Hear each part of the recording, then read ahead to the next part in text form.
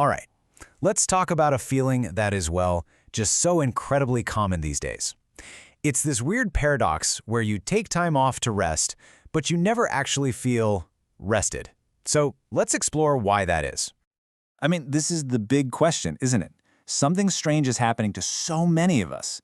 You carve out the time, you tell yourself, okay, now I'm going to take a break, but that refreshed, recharged feeling just never shows up. Why? You're doing all the right things, right? You step away from the work, you put down the tools, you consciously decide, this is my time to unwind. And yet, that feeling of having a full battery, it just doesn't come. The exhaustion just kind of hangs around, And it creates this quiet, nagging frustration. Because at the end of the day, rest has a pretty simple promise. It's supposed to be the fix for being tired. So when it doesn't work, it feels like something is fundamentally broken. So yeah, this brings us to what we can call the rest paradox. And to really get our heads around this, we first need to look at what most of us think rest actually is. For almost everyone, the definition is super simple. If I'm not doing my job or my chores or whatever my main task is, well, then I must be resting. But as we're about to see, that simple definition, it's the root of the whole problem. So it's pretty clear we need a new definition for what real rest is. It turns out it was never just about stopping something. It's about something much, much deeper that's happening inside our own brains.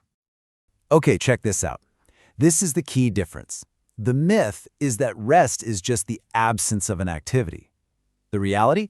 Rest is an actual biological process. It's all about letting your nervous system recover. Shifting out of that high alert fight or flight mode and into the rest and digest mode where all the real recovery happens. Now here's where it gets really interesting. The very things we do to relax are often the exact things preventing our nervous system from ever getting that recovery time. Seriously, think about it. The moment you stop working, what's the first thing you do? You grab your phone. You start scrolling, you binge a show, you hop between a dozen different apps. It feels passive, sure. It feels like a break. But here's the catch. To your brain, this is not rest. It's just a different kind of work. It's kind of wild to think that what we call relaxing today would have been seen as just a ton of mental noise only a few decades back. And that's because every single photo, every video, every notification, it's all input. Your brain doesn't just get to ignore it. It has to register it, make sense of it, and process it. So here's the big takeaway. If your brain is constantly taking in new information, your nervous system never gets the memo that it's safe to power down. You basically stay stuck in this low-grade state of alert all the time.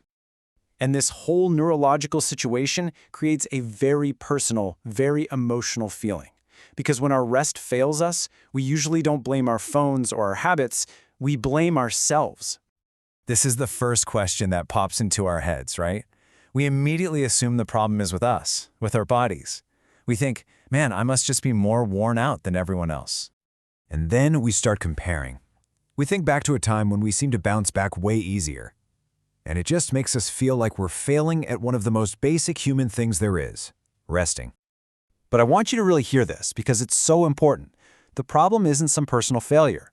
The real issue is that what we've been calling rest has actually just become distraction. And distraction, even when it feels easy, keeps our brain switched on. So this brings us to a really powerful idea. If distraction is the enemy of rest, what's the solution? Well, the answer might lie in embracing something our modern world has taught us to be afraid of: boredom. First things first, we have to let go of this idea that everything we do, even our downtime, has to somehow be productive or optimize us for something else. Rest isn't a tool to make you a better worker. It's just a state of being. And this is really the heart of it. Genuine rest, the kind that lets your nervous system truly recover, it can feel quiet. It can feel a little empty. And by our totally overstimulated modern standards, yeah, it can feel incredibly boring. So we have to start reinterpreting that feeling. Boredom isn't some empty space that we need to immediately fill with more stuff. It's the signal that your brain is finally getting a break from all that input. It's literally the sound of recovery starting. So I'll leave you with this to chew on. In a world that is always demanding your attention, maybe the most powerful act of self-care is choosing to be quiet, choosing to be bored, and just allowing yourself to do absolutely nothing at all.